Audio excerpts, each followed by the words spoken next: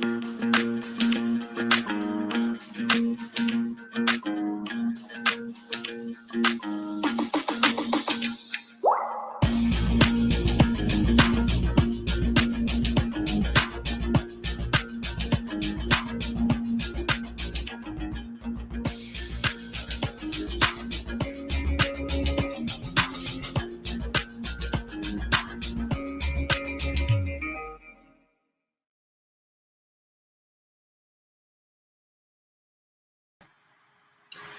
bien, bonjour à toutes et à tous. Bienvenue dans Culture & Co, l'émission qui donne la parole à ceux qui font la culture d'aujourd'hui.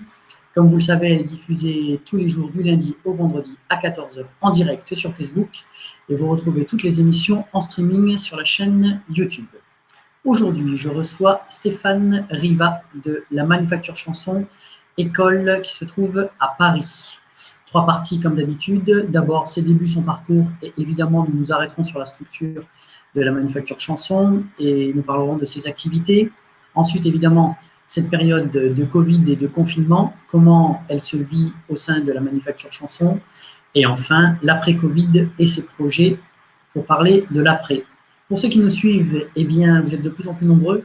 Sachez qu'aujourd'hui, nous aurons la primeur de la question d'Oscar, mais je ne vous en dis pas plus et j'accueille tout de suite Stéphane Riva. Bonjour Stéphane. Bonjour Mickaël. Comment vas-tu? Bon, ça va. Hein.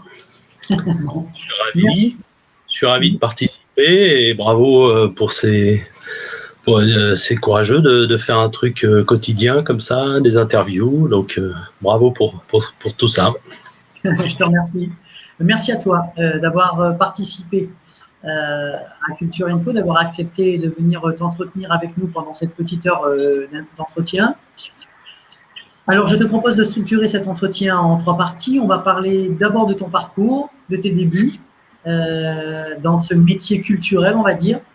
Et puis, évidemment, on arrivera à la Manufacture Chanson, cette structure, cette école parisienne dont tu es aujourd'hui le directeur.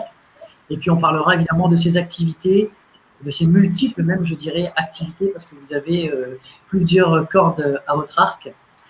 On parlera ensuite, évidemment, de la période actuelle avec ce confinement, et tu nous diras comment la Manufacture Chanson vit ce confinement et cette crise culturelle.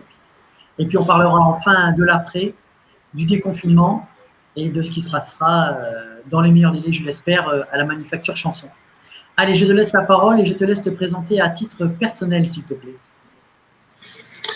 Bonjour, moi je suis Stéphane Riva. En fait, comment je suis arrivé là? En fait, mon histoire, c'est que j'étais un peu un cancre à l'école et que j'avais plein d'autres idées en tête que de suivre un cursus normal de l'école. Donc très tôt, j'écrivais des chansons, j'étais passionné de chansons et tout ça, et je voulais faire l'artiste. Donc très tôt aussi, donc ça date de 1983 à peu près.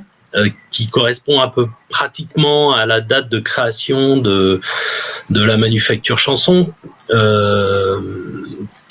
qui s'appelait à l'époque les Ateliers Chansons de Paris. Voilà, les ACP. C'est pour ça qu'on a gardé ACP au début de la Manufacture Chanson. Et donc à cette époque-là, j'ai débarqué, j'avais 16 ans, et je voulais apprendre à chanter et tout ça. Et donc j'ai rencontré Christian Dante, qui est le fondateur de la Manufacture Chanson, enfin des Ateliers Chansons de Paris. Luce Klein, Gilles Elbaz, enfin voilà, des artistes comme ça qui avaient eu ce projet un peu fou à l'époque de créer une structure de formation qui à l'image un peu des cours de théâtre, mais pour la chanson. Et donc me voilà débarqué dans cette histoire très jeune, et du coup ensuite j'ai fait l'artiste pendant quelques années. Tu étais auteur, compositeur, interprète? Voilà. Donc j'écrivais mes chansons,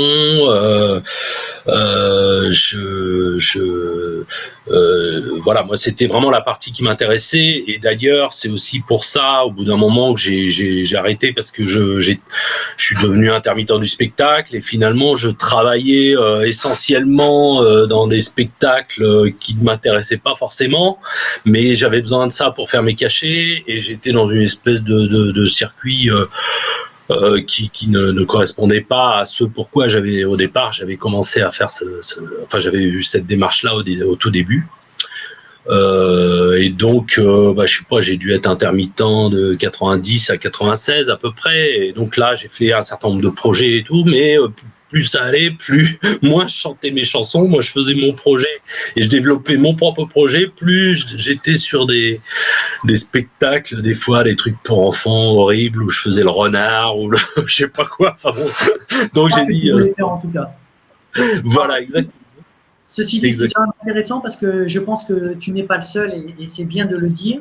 Des gens qui veulent faire ce métier d'une part, et surtout chanter leurs propres chansons, avoir cette capacité de travail déjà, de composer, d'écrire des textes, de composer des musiques et de savoir les interpréter sur scène. Hein. Ce sont quand même trois aspects très différents du métier, et qu'il faut savoir faire si on veut être auteur, compositeur, interprète, mais qui n'arrivent pas à faire émerger leur spectacle, leur répertoire musical. Comment est-ce que tu l'expliques? Au-delà de ce que tu faisais toi, est-ce que c'est une histoire de réseau? Est-ce que c'est une histoire parce qu'il y a beaucoup de monde sur le marché? Enfin, voilà. À quelle raison tu donnes à ça? Alors, ce qu'il faut quand même bien regarder, c'est que c'était quand même une autre époque. Hein. C'était le CD existait depuis quelques années, mais finalement, et il n'y avait pas encore Internet, hein, parce que moi, quand j'ai arrêté d'être artiste, ça devait être en 95-96. C'était le tout début, c'était mes premières connexions sur Internet. Donc effectivement, il y a eu la crise du disque derrière. Enfin, le métier a énormément changé. Et il y avait encore pas mal d'interprètes à l'époque.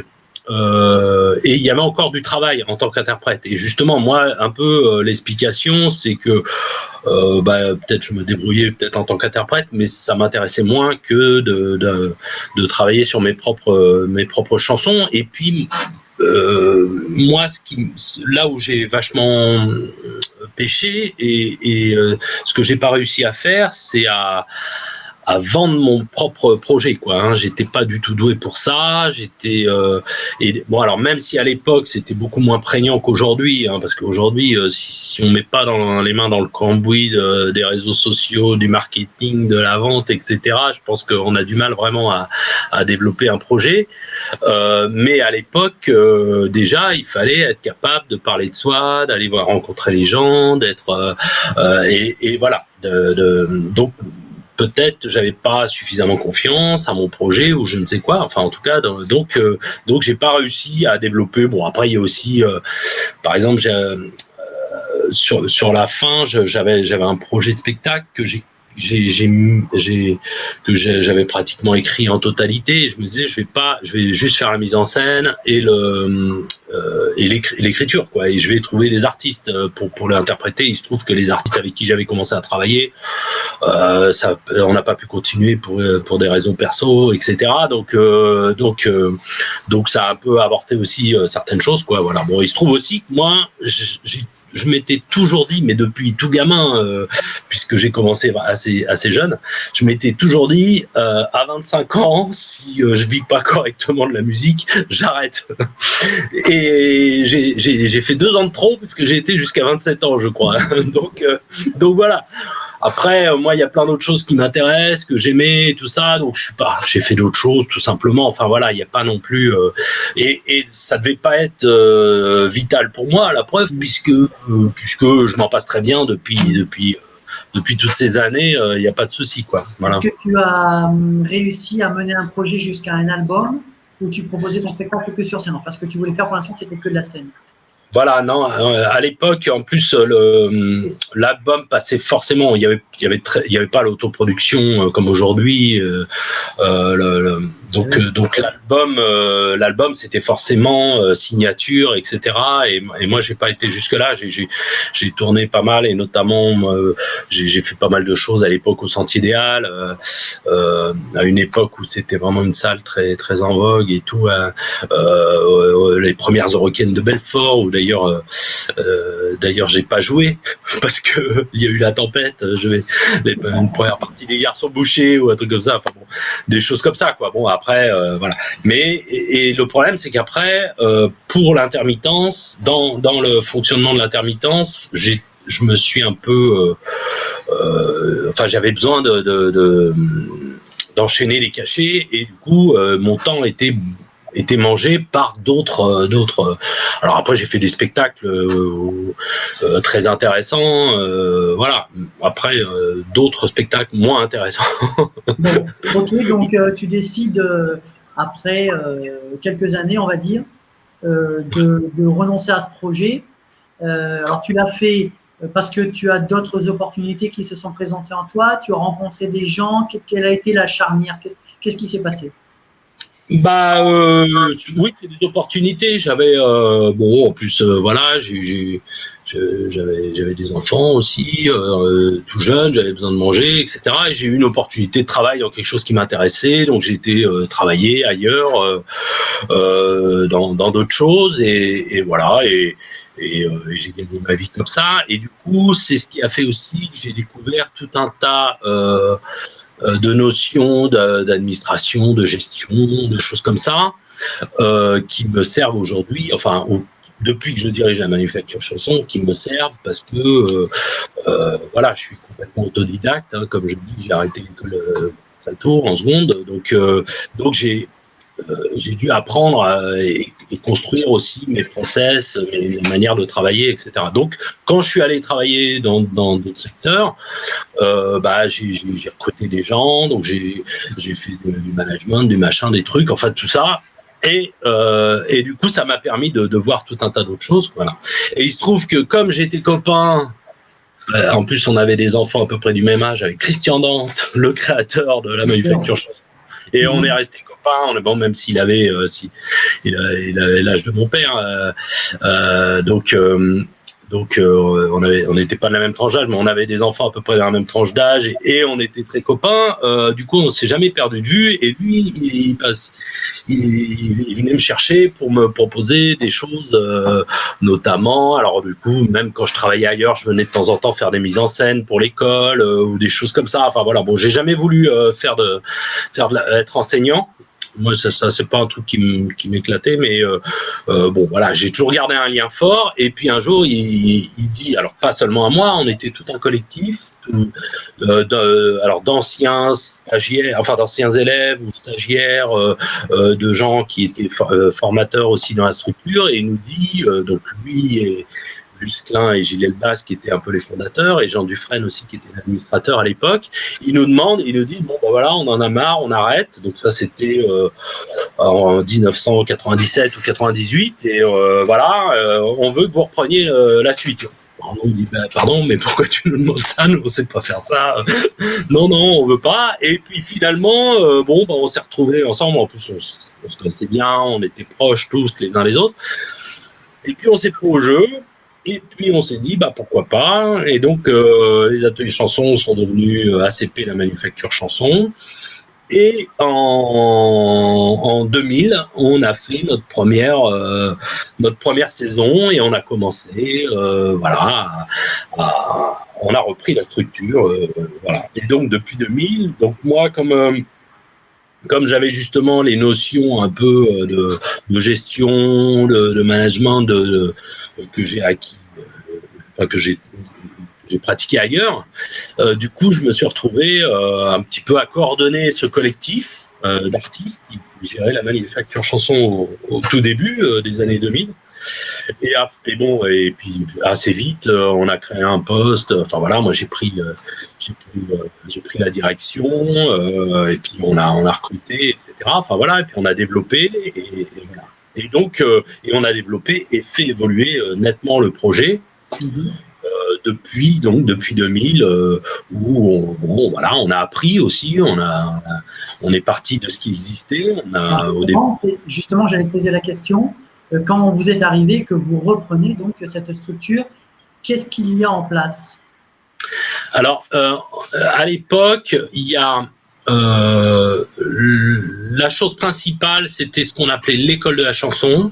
C'était une formation pour devenir professionnel de la chanson, où on pratiquait un peu toutes les disciplines de la chanson, l'écriture, la compo, l'interprétation, la voix, la connaissance du monde professionnel, le corps, des choses sur le clown, le théâtre, enfin bon, un peu tout un tas d'outils comme ça, de disciplines qui sont utiles aux chanteurs ou que le chanteur pratique régulièrement. Et il y avait une formation sur 2 ans. Voilà. Et donc, il y avait des auditions, les gens, ils arrivaient, ils faisaient une première année, après, ils pouvaient ou ne pas faire une deuxième année, etc. Voilà. Donc ça, c'était vraiment le gros de la formation. Et à côté de ça, il y avait pas mal de pratiques amateurs, des ateliers amateurs de loisirs pour les gens qui voulaient faire un atelier d'interprétation, un atelier d'écriture, un atelier de chant, enfin voilà, choses comme ça.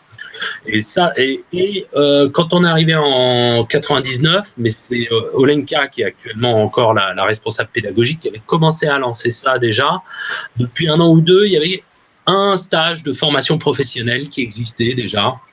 Donc c'était un stage qui s'adressait uniquement à un public de professionnels, alors, avec beaucoup de comédiens aussi qui venaient travailler la voix. Voilà.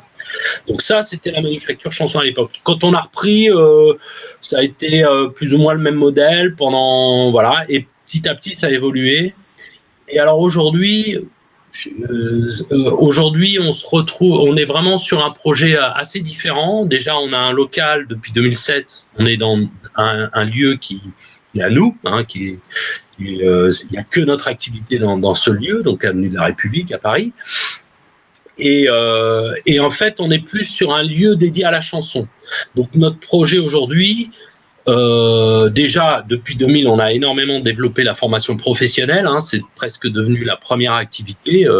Donc ce sont surtout des stages de formation professionnelle, donc pour des artistes déjà en activité. Même si on a gardé une petite partie pour des gens qui veulent se professionnaliser, et si on a gardé aussi des formations loisirs, mais ça reste c'est moins conséquent.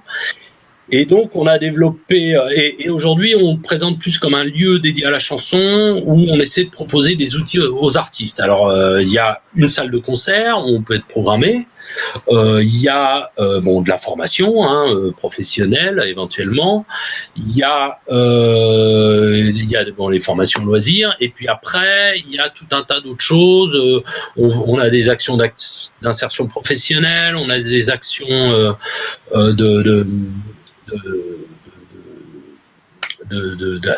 d'action culturelle ou action artistique dans des lycées, dans des prisons, choses comme ça. On fait pas mal de mise à disposition de salles aussi pour les artistes qui veulent répéter. Alors, mise à disposition de salles, c'est souvent payant, hein, c'est des locations, hein, mais aussi pour les artistes qu'on accompagne, qui ont un projet de création, ils peuvent avoir des mises à dispo gratuites. Voilà. On fait pas mal de résidences, de choses comme ça. On accompagne les artistes, voilà, plus globalement, et on présente vraiment le lieu comme un lieu dédié à la chanson et un outil pour les artistes, un outil pour les artistes. Et par exemple, on fait. À titre attends, excuse-moi, on reviendra sur tout ce que vous faites au sein de la manufacture, et j'ai bien compris qu'il y avait moult choses à dire. Ça représente combien de personnes à temps plein, enfin de gens qui travaillent pour la manufacture? Alors, actuellement, à l'année, on est entre 12 et 13 équivalents temps plein, mais il y a 3 typologies de salariés à la manufacture chanson. Il y a les permanents, donc ça doit être, on est entre 8 et 9 à peu près, équivalents temps plein. Il y a les enseignants qui souvent, donc ils sont enseignants, ils sont rémunérés en tant qu'enseignants, en tant que formateurs, mais par contre, par ailleurs, ce sont souvent des artistes, hein, ce sont des professionnels de la musique, donc soit professionnels du secteur de la musique, soit des artistes qui viennent enseigner, qui travaillent aussi enfin qui enseignent aussi le chant, l'écriture, etc. Hein, c'est essentiellement des professionnels. Et la troisième catégorie, ce sont les artistes eux-mêmes qui sont programmés, parce que par exemple, à la Manufacture Chanson, pour les concerts, il y a une grosse partie de la programmation qui est, comme on dit, en engagement direct, c'est-à-dire c'est nous qui rémunérons directement les artistes.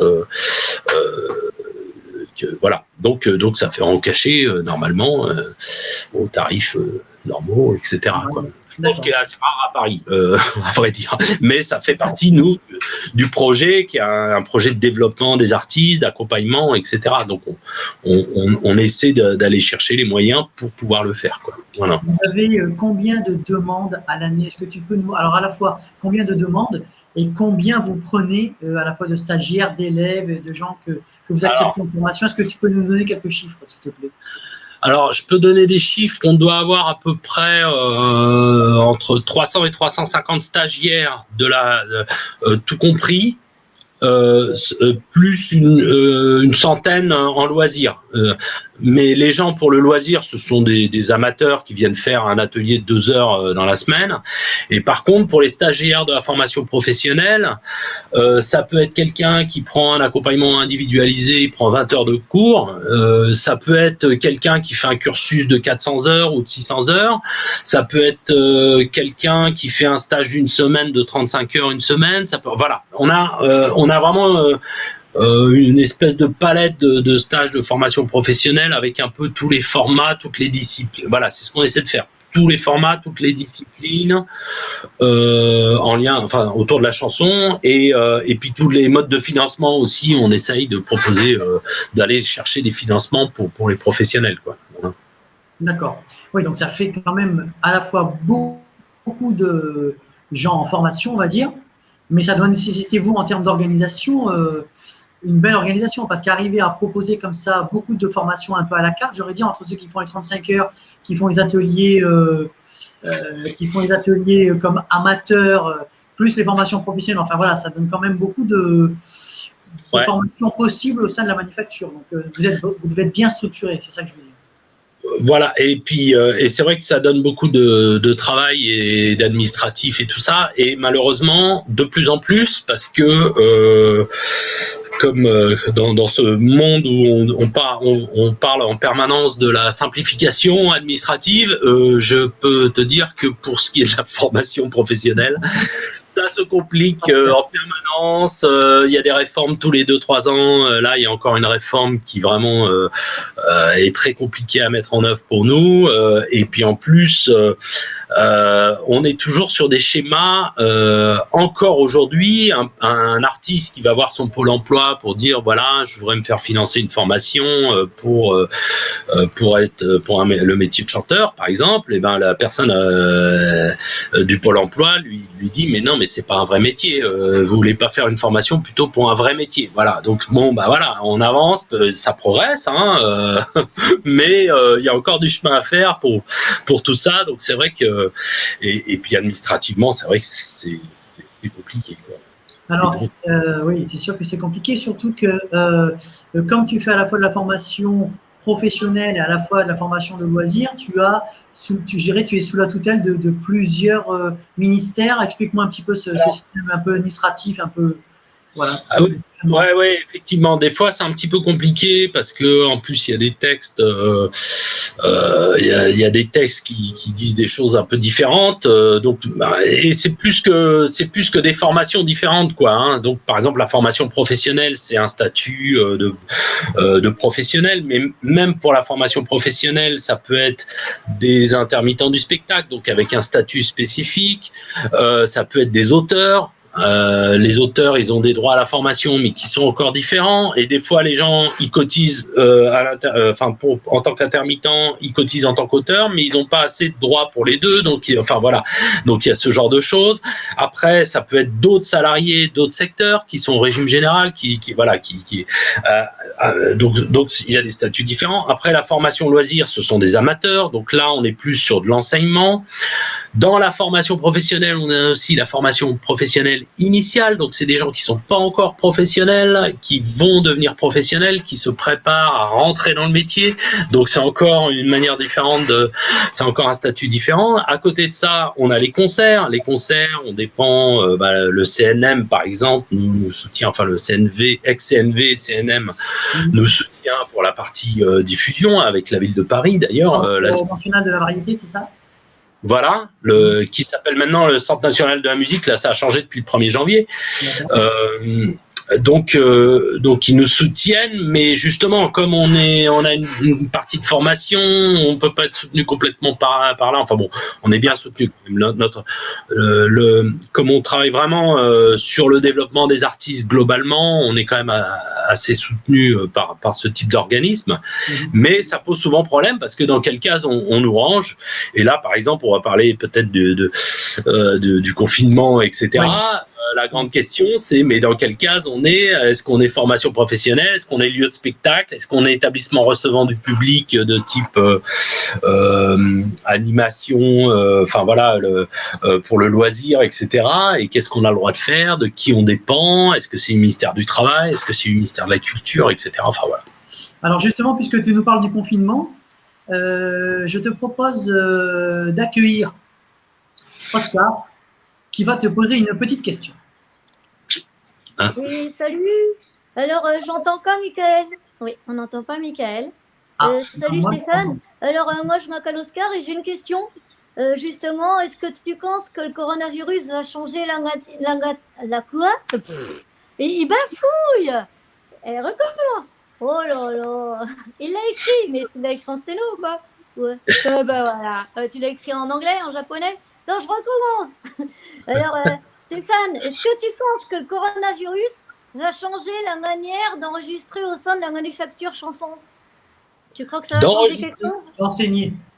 D'enseigner, d'accord. Alors, on est en plein dedans là, hein, évidemment. C'est toutes les questions qu'on se pose. C'est notamment l'enseignement à distance et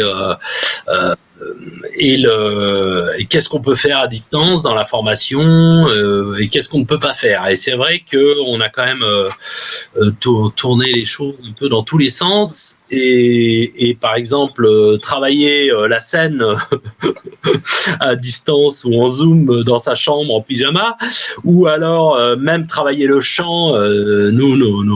Nos intervenants en chant ils ont besoin de toucher, c'est vraiment des postures, c'est le corps, c'est bon, c'est vraiment très très difficile. Donc il y a peut-être on met en place quelques petites choses, mais voilà.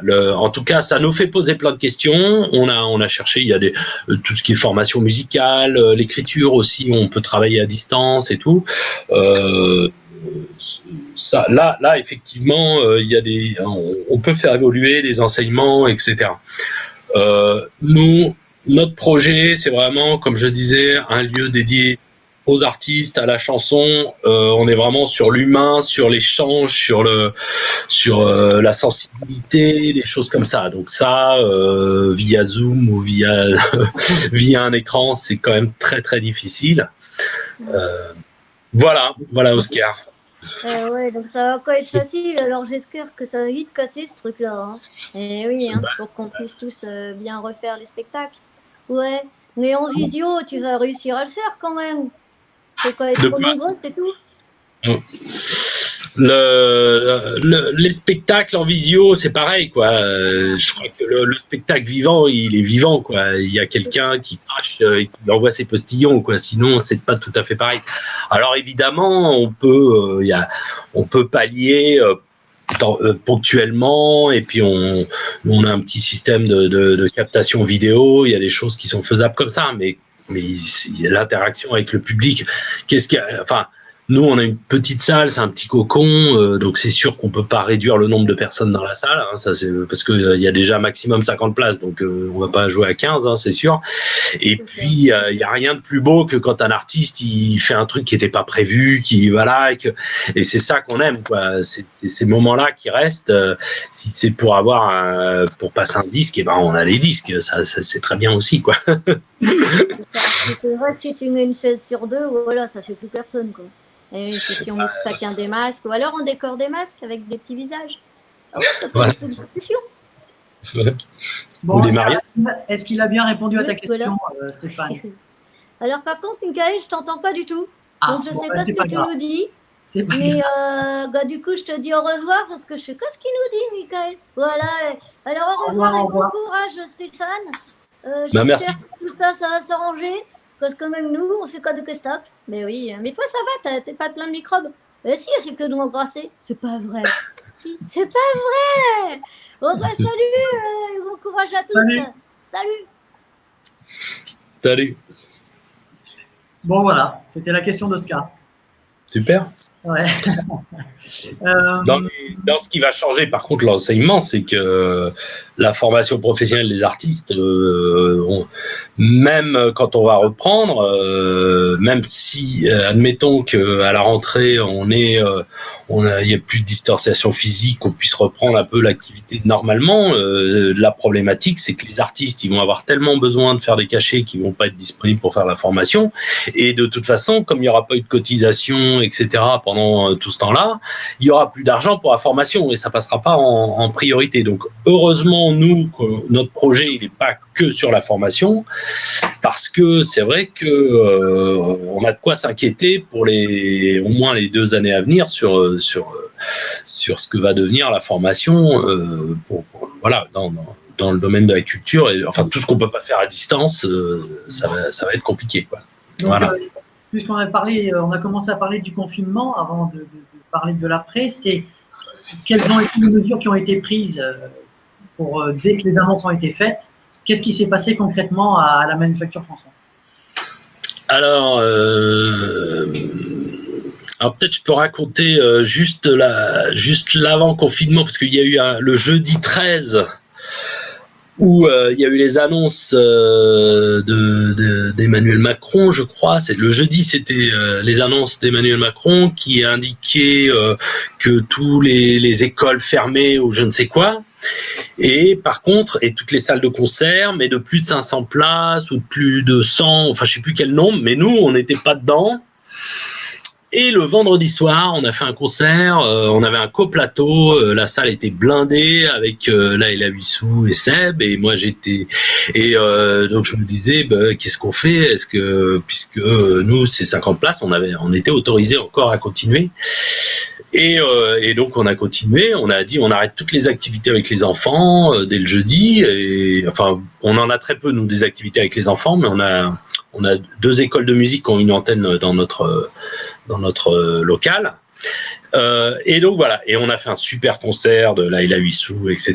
Par contre, je me disais, mais on est complètement inconscient au niveau consignes sanitaires, etc. Parce que dans notre petite salle, c'était pas du tout adapté. Et c'est vrai que le samedi soir, quand Édouard Philippe a dit les établissements recevant du public ferment, et ben moi j'étais soulagé parce que à la fois je respectais la réglementation, mais à la fois je trouvais que c'était pas tout à fait j'étais pas sûr de mon coup au niveau sécurité, etc. Donc donc au moins là c'était plus clair, même si c'est un énorme coup, quoi, enfin un coup sur la tête, je vais dire. Et donc on a commencé, donc on a fermé complètement, et puis on a essayé de s'organiser. Déjà on a pris ça dans la figure comme tout le monde, en se disant merde, c'est pas possible, comment on fait, etc.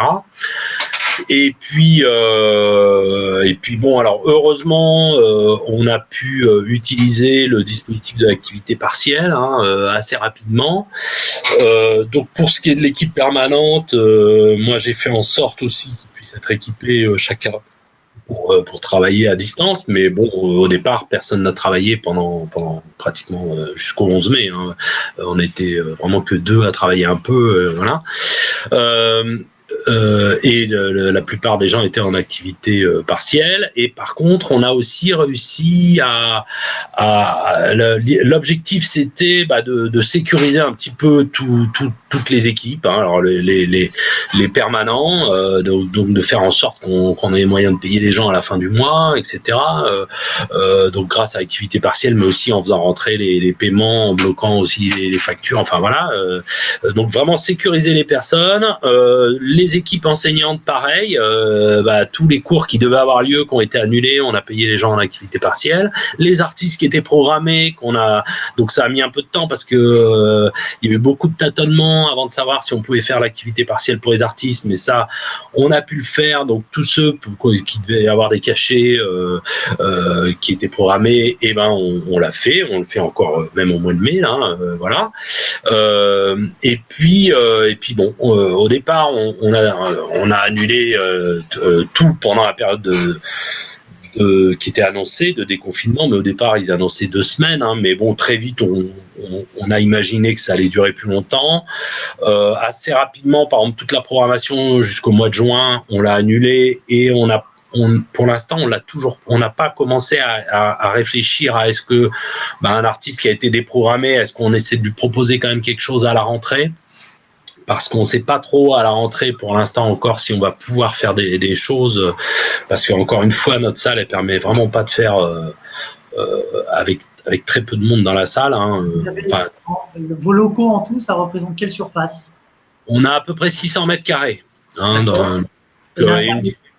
la salle de concert, elle fait 60 mètres carrés, c'est tout petit, hein, et c'est pour ça c'est 50 places, 50 places assis, et puis on a une dizaine de salles, plus des bureaux, des choses comme ça, sachant que c'est pas des salles très grandes, mais bon, nos formations, c'est toujours des petits groupes, hein, donc ça convient à ce que l'on fait.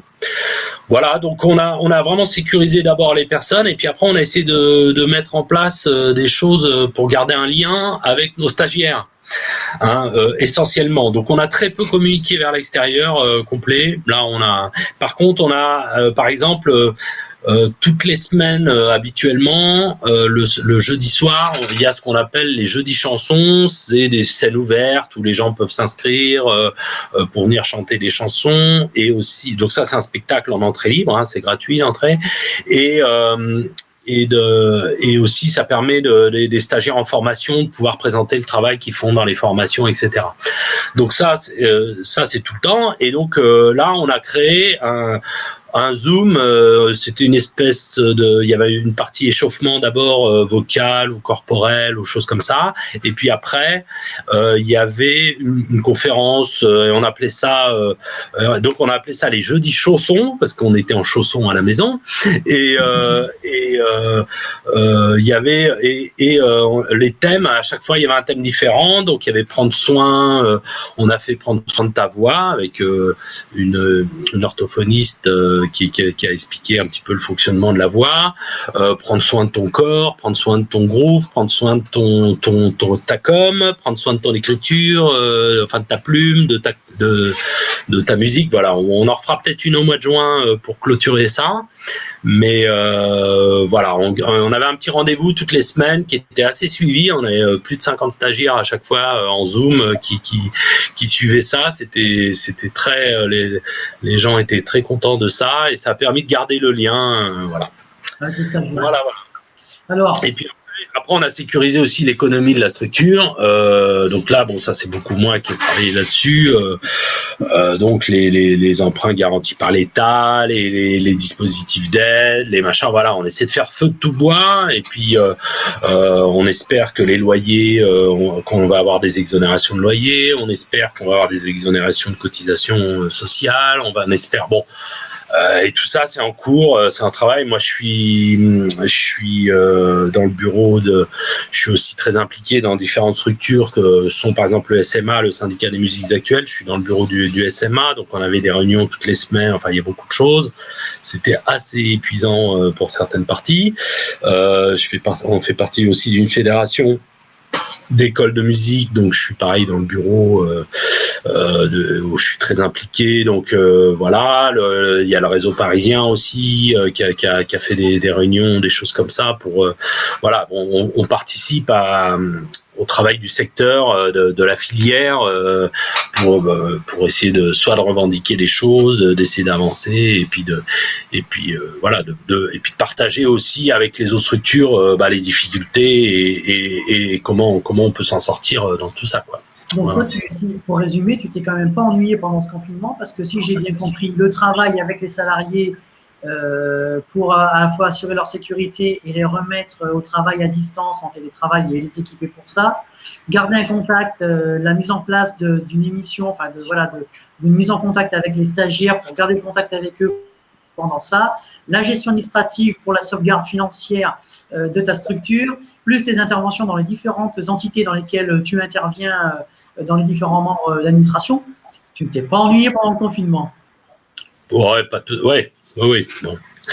En même temps, j'étais pas tous les soirs dans la salle, donc voilà. D'accord, mais bon, ça a quand même bien occupé ton peu de temps. Ouais. Bon, ok, donc un gros travail, hein, moi je trouve pour ce confinement.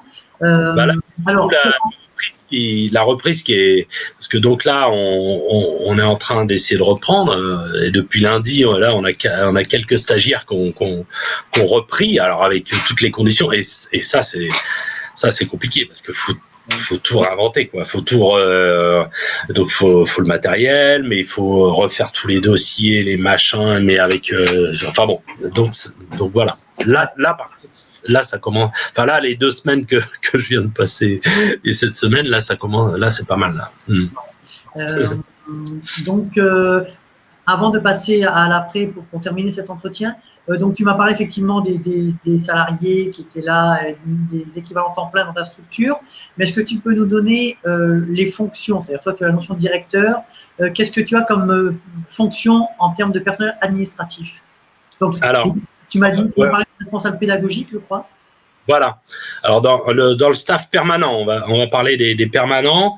Donc moi je suis. Alors oui, si quand même une chose. Excuse-moi, une chose que j'ai pas évoquée, qui est importante parce que c'est aussi un peu nos valeurs. Hein.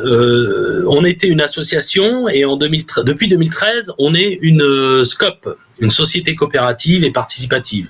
Hein. Donc ce sont donc on est 25 associés et ce sont les associés qui participent, voilà, donc les salariés essentiellement qui sont acteurs de la structure et qui votent, qui donnent leur avis, et donc moi je suis plus directeur depuis qu'on est association, je suis gérant. Hein, puisque c'est comme ça, et je suis élu donc tous les 4 ans par les autres associés, quoi. Voilà. Donc bon, après si quelqu'un veut prendre ma place, ça ne bouscule pas au portillon, mais moi il faudra quand même que j'aille faire d'autres choses aussi parce que voilà. Mais bon, donc. Voilà, ouais, non mais j'essaye à chaque fois petit à petit. Bon, ça va venir, hein, mais il faut que je prépare un peu aussi la suite, hein, parce que ça fait 20 ans moi que je suis là quand même, ça commence à faire pas mal, quoi. Donc moi je suis gérant. Ensuite il y a donc une responsable pédagogique, Olenka, donc qui est en charge donc toutes les relations avec les enseignants, les stagiaires et toute la mise en place de toutes les formations. Donc tu disais tout à l'heure avec tous les cursus. Enfin voilà, on n'a pas 2 formations pareilles. Ça commence toutes les semaines. Il y en a une nouvelle qui commence avec un format différent. Enfin voilà, donc c'est bien costaud. On a une responsable administrative qui est en charge tout l'administratif, les payes, les machins et tout ça. On a une chargée de com. Une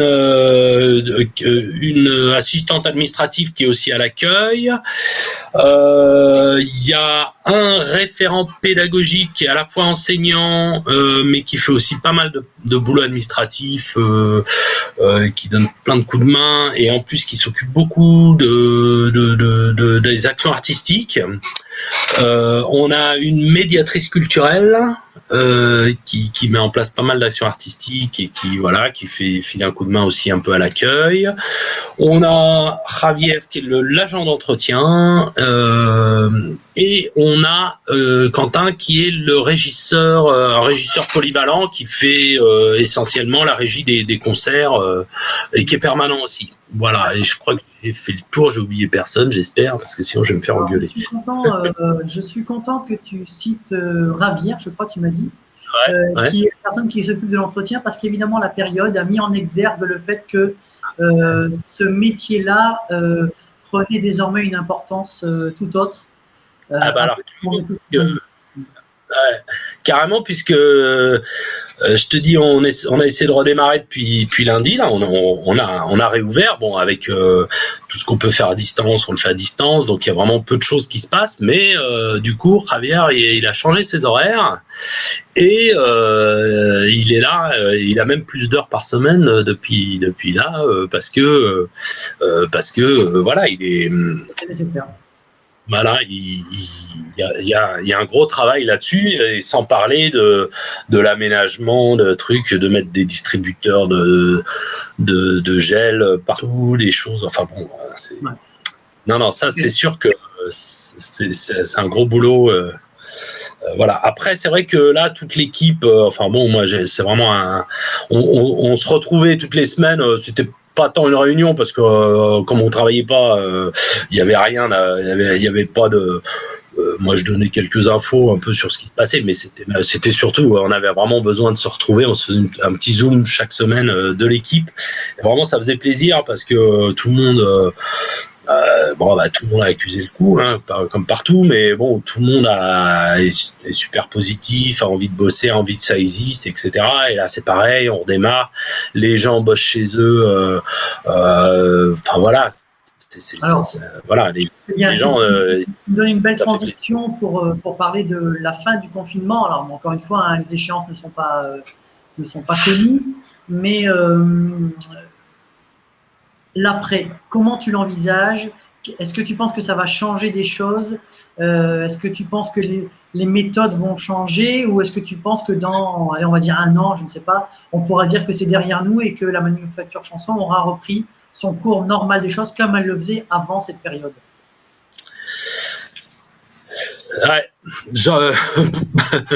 C'est compliqué. L'idée, c'est que moi, là, je suis encore un peu la tête dans le guidon parce que là, comme je disais, on réouvre un petit peu les choses avec des conditions totalement délirantes sur la manière avec les masques, les machins, des trucs. Donc ça, c'est absolument pas comme avant. Et en plus, tu vois, on parlait des différentes activités. Actuellement, on est autorisé à recevoir uniquement des professionnels. Hein, donc les stagiaires de la formation professionnelle sont considérés comme des professionnels, donc on peut redémarrer l'activité de formation professionnelle. Les salariés peuvent venir, mais comme en tant qu'établissement recevant du public, on ne peut pas accueillir des amateurs, on peut pas, les spectacles, on peut pas, etc. Donc on est vraiment pour l'instant très très contraint, très restreint. Je pense que ça va s'ouvrir peu à peu. Maintenant, dans tous les cas, il va falloir il va falloir qu'on réfléchisse à d'autres manières de faire et à faire évoluer le projet, au moins pendant quelques années, parce que comme je disais tout à l'heure, le financement de la formation professionnelle, il va y avoir beaucoup moins de choses. Donc nous, il faut qu'on s'aménage avec les différentes activités qu'on fait pour pouvoir continuer à proposer des outils pour les artistes et aller chercher, d'autres modes de financement et d'autres manières de faire, pour proposer, pour rester dans la cohérence de notre projet, quoi. Dans tous les cas, il va falloir qu'on ait des bonnes idées, qu'on évolue, etc. Alors, quand, comment, et voilà. Et puis c'est vrai que là, c'est encore un peu tôt, ou même quand on me demande là pour le mois de juin, quand quelqu'un me demande, mais est-ce que je peux relouer une salle pour le mois de juin, je sais pas pour l'instant, quoi. Hein. Donc c'est vraiment, on vit énormément au jour le jour. Comme je disais tout à l'heure, pour la programmation, donc là pour ce qui est du concert, pour l'instant, pour la fin de l'année, donc octobre, novembre, décembre, au départ, on se disait on va redémarrer même un peu plus tôt en septembre la programmation. Bon, bah là, on se dit non, on ne sait pas trop, on attend. Et peut-être qu'on profitera de cette période plus pour proposer le lieu pour des résidences ou alors pour faire des showcases avec quelques professionnels dans la salle. Et avec peut-être une capta en plus ou un streaming vidéo par-dessus.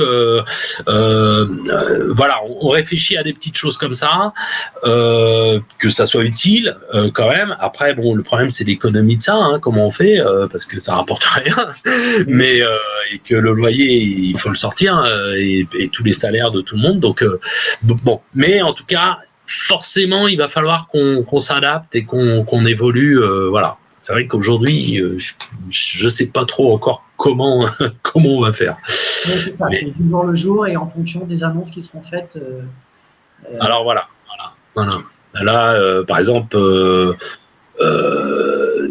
là aussi, on a des stages. On a quelques stages à Nantes et à La Rochelle. Donc, par exemple, la semaine prochaine, on va aller installer pour démarrer aussi, pour continuer le stage qui s'est interrompu. Parce que là, l'idée, on est vraiment dans l'idée d'essayer de terminer ce qu'on avait commencé qui a été interrompu, même si c'est décalé. Voilà, on est là-dedans pour la formation professionnelle, pour beaucoup de choses comme les formations de loisirs et tout ça. On a déjà prévenu les gens que non, on ne reprendrait pas avant l'été et qu'on allait rembourser les gens, hein, ou leur proposer un avoir pour l'année prochaine. Mais voilà, on est pour se projeter pour plus loin. Dans tous les cas, je pense de toute façon qu'il faudra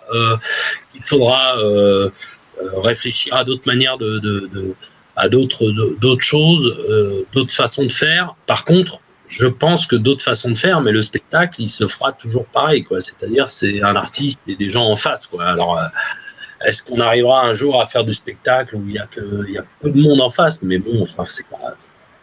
Non, là, l'intérêt, c'est qu'il y ait plein de gens et que tout le monde soit serré et que tout le monde saute. Spectacle vivant. Bah oui. Bon, enfin, okay. Voilà. Bon, bien, merci à toi, Stéphane, d'avoir participé à Culture & Co. Je pense que pour ceux qui nous suivent, ils auront pris connaissance de ta structure pour ceux qui ne la connaissent pas, ou mieux la connaître pour ceux qui la connaissaient déjà. On fait un peu comme ton entretien là, on fait des rencontres professionnelles, enfin dans la vraie vie, dans le monde normal, on fait à peu près une fois par mois une rencontre avec un professionnel de différents secteurs du spectacle et ça, c'est un peu le même principe, c'est-à-dire on parle un peu de la personne d'abord et puis de son métier, comment il voit les choses, etc. Et de présenter sa structure aussi. Et donc ça, c'est ouvert à tout le monde. Hein. Donc, enfin, il y a quand même pas mal de choses. J'ai parlé des scènes ouvertes, il y a des rencontres professionnelles, il y a plein de choses. Et moi, j'invite aussi beaucoup les artistes. C'est un conseil que je donne toujours aux artistes, c'est quand vous voulez être programmé quelque part, allez voir ce lieu, allez rencontrer les gens. Alors bon, en ce moment, c'est facile à dire, mais c'est pas facile à faire. Mais en tout cas, privilégiez ça, de bien comprendre où est-ce que vous mettez les pieds, à qui vous adressez, et comme ça, votre proposition elle sera pertinente et ça, on se rencontrera et il y aura des choses qui se feront, etc. beaucoup plus facilement, voilà. Hein, et je renvoie les gens sur le site internet, dans la page concert, on explique comment être programmé. Et puis de nous contacter par là pour proposer des projets, notamment pour la programmation, parce qu'on va quand même reprendre un jour. Bon, c'est vrai qu'on se remet à la programmation qu'à partir de septembre, hein, réel. On dit aux gens pour l'instant, contactez-nous à partir de septembre, pas avant, parce que. Je te propose pour finir cet entretien 10 petites questions flash auxquelles je te demande de répondre sans réfléchir et de façon instinctive sur ce que tu es. Tu vas voir il n'y a pas de piège, c'est des questions très simples. Thé ou café? Café. Du soir ou du matin? Plus je vieillis, plus c'est du matin, mais avant c'était plutôt du soir. Les Beatles ou les Rolling Stones? Les Beatles. La petite maison dans la prairie ou la croisière s'amuse? Oh là, La croisière, je sais pas. Non. Oui, parce que j'aime bien faire du bateau à voile, pas à moteur, mais. Série ou plutôt film? Télé ou film, c'est ça? Série ou film? Alors, film, mais pas au cinéma, à la télé, parce que malheureusement, j'ai pas beaucoup de temps. Johnny Hallyday ou Miley Cyrus?